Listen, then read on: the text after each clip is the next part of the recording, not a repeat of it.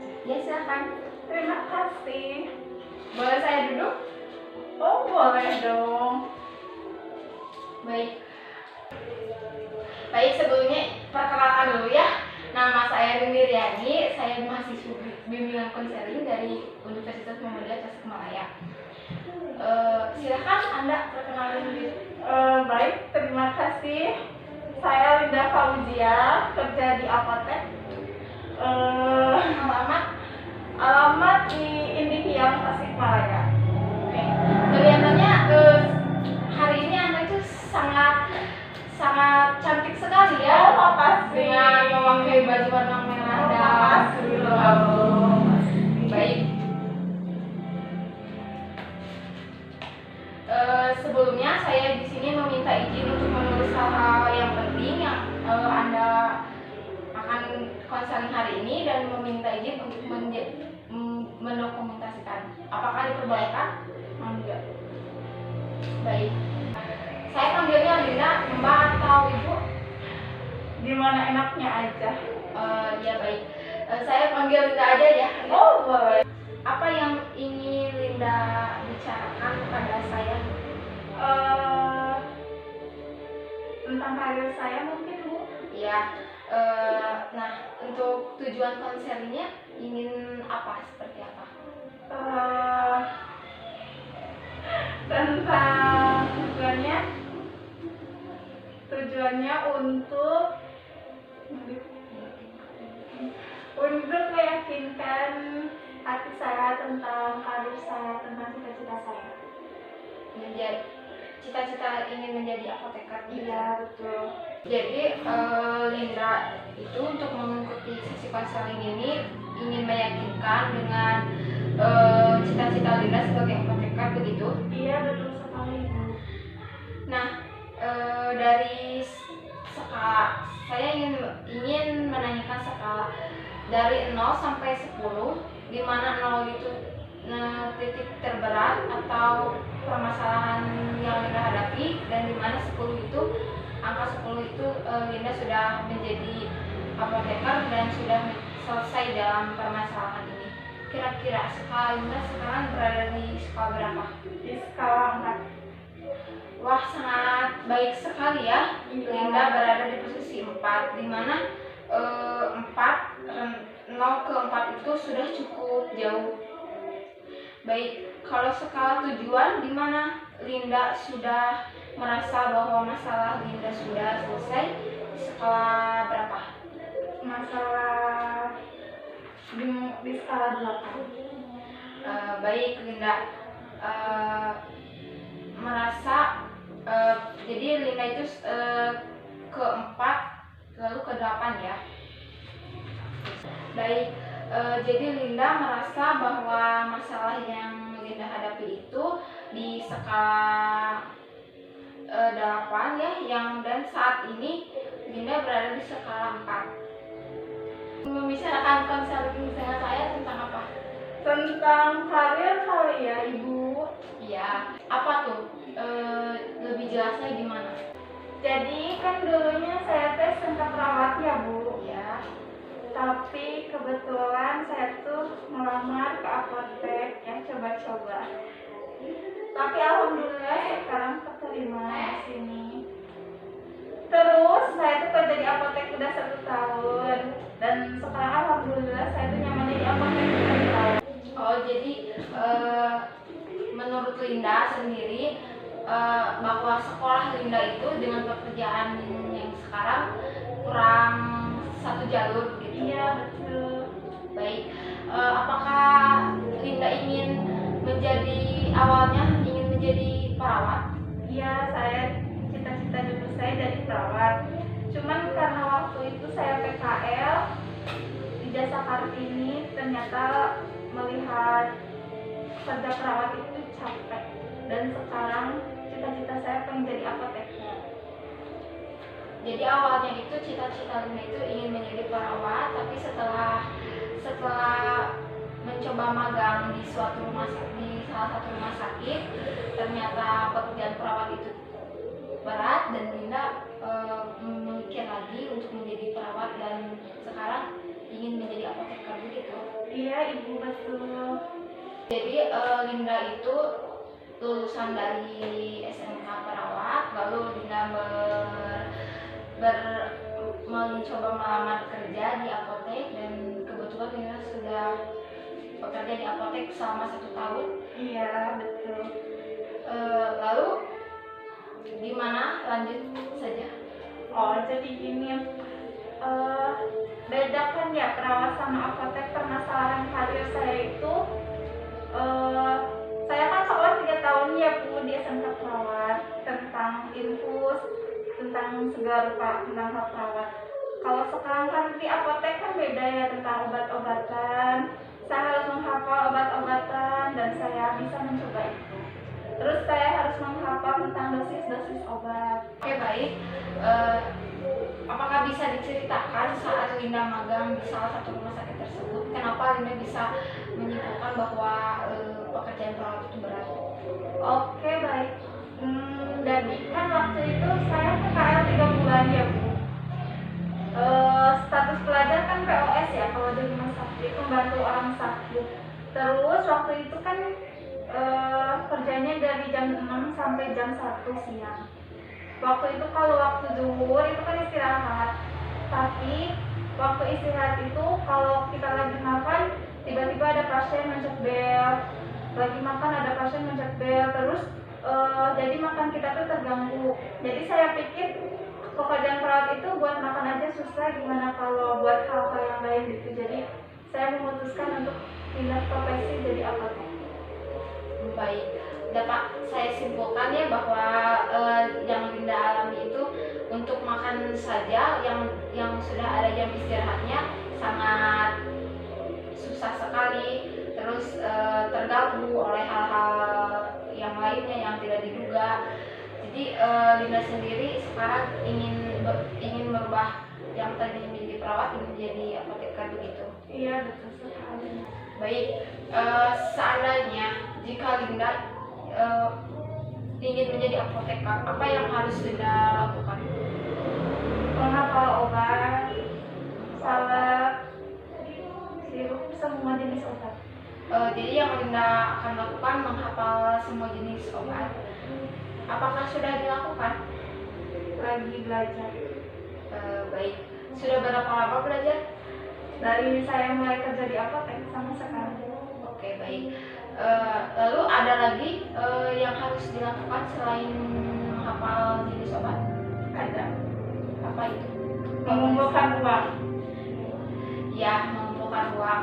Terus apakah Linda sendiri sudah mengumpulkan uang dari, maksudnya menabung begitu? Sudah.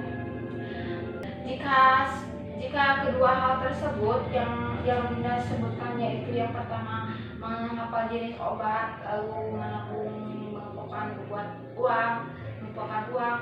Nah, apa yang akan terjadi setelah kedua itu berhasil? Membuat apotek sendiri, membuka apotek sendiri. Membuka apotek sendiri ya. Ya, baik. Apakah ada orang yang membuat Linda ingin menjadi apoteker itu termotivasi oleh seseorang atau tidak? Enggak ada. Tidak ada. Enggak ada. Sekarang saya minta Anda untuk menutup mata. Baik.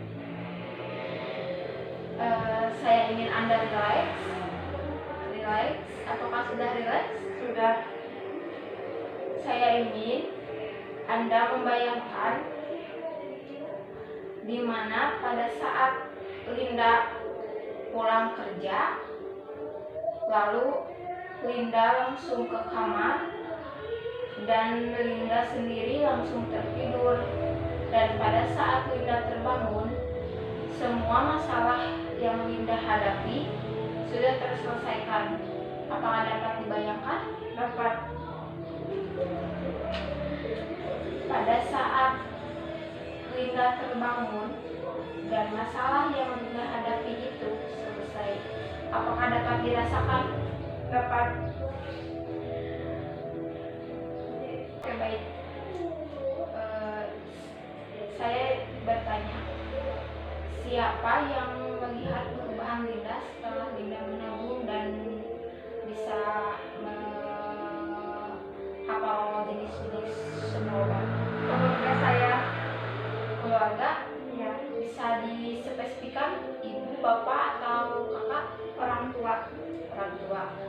Nah, bagaimana eh,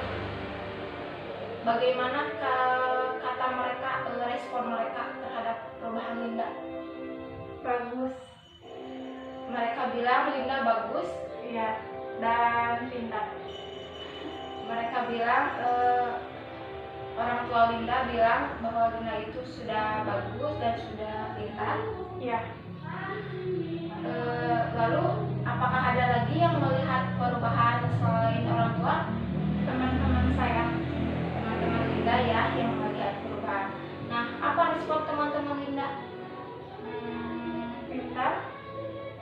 Lalu ada lagi?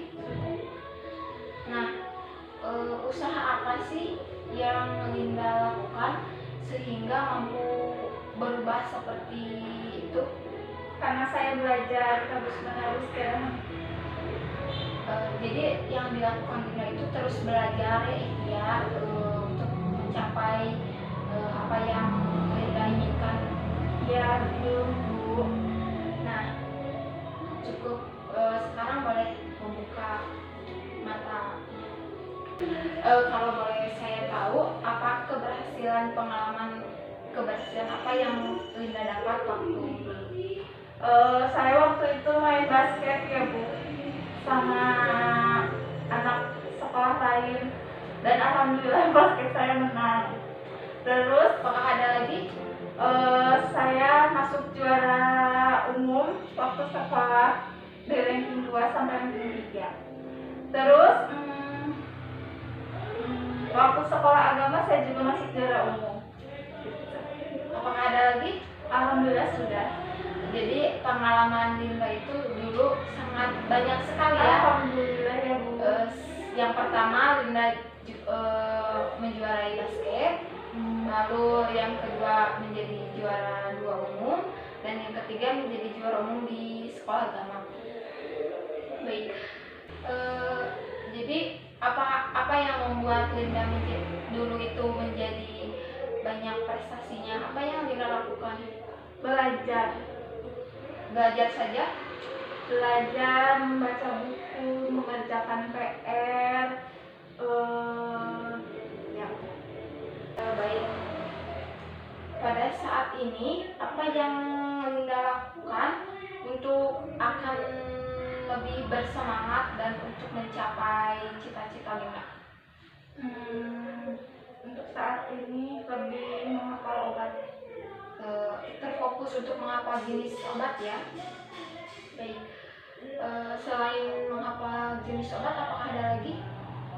Sama Bu. Baik. Apa ingin menjadi apoteker? Apa yang harus Linda lakukan? Menghafal obat, salep, sirup, semua jenis obat. Jadi yang Linda akan lakukan menghafal semua jenis obat. Apakah sudah dilakukan? Lagi belajar. Baik. Sudah berapa lama belajar? Dari saya mulai kerja di apotek sampai sekarang. Oke, baik. Lalu ada lagi yang harus dilakukan selain menghafal jenis obat? Ada. Apa itu? Mengumpulkan uang. Ya, mengumpulkan uang. Terus apakah Linda sendiri sudah mengumpulkan uang dari, maksudnya menabung begitu? Sudah. Apakah ada lagi yang akan kita bahas dalam konferensi ini? Sepertinya udah.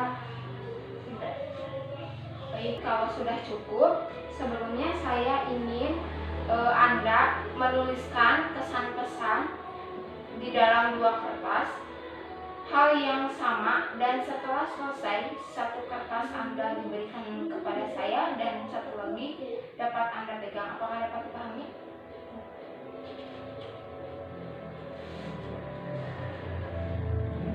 Baik.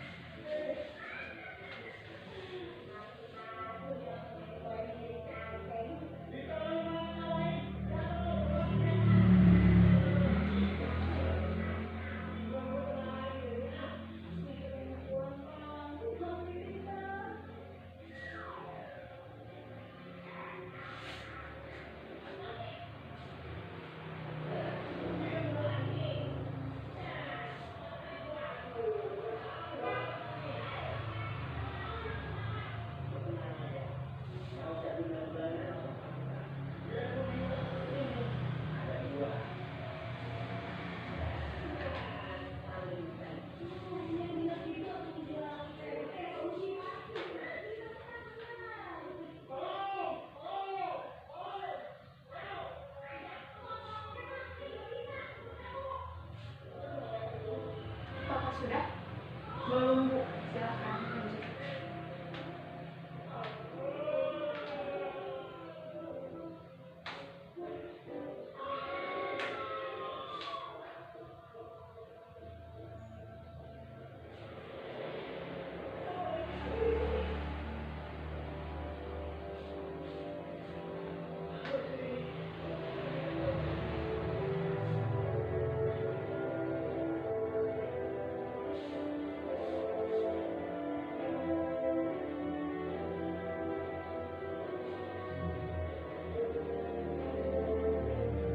Sudah, alhamdulillah.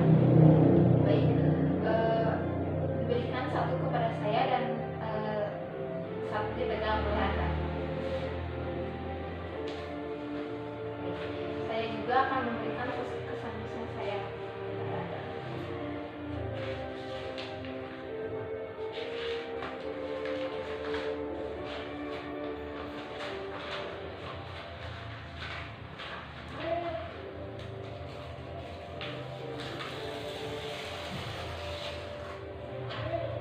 Terima kasih. Silakan baca yang pesan yang kamu buat. Assalamualaikum.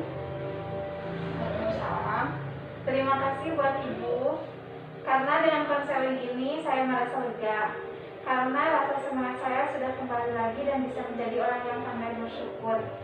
Selanjutnya, saya sekarang sudah lebih optimis kepada diri saya sendiri.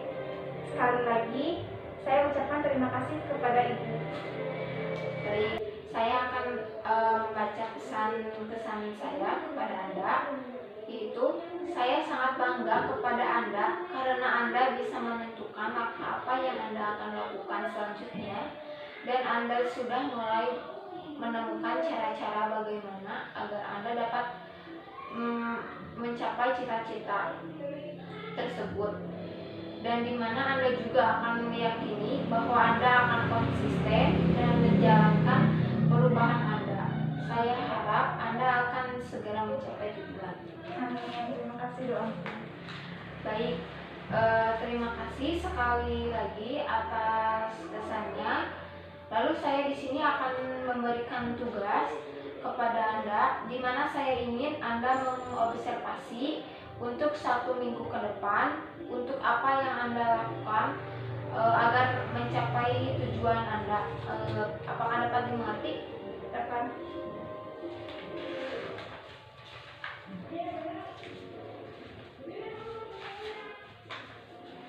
Baik, ini surat tugasnya dan nanti bisa dibawa lagi.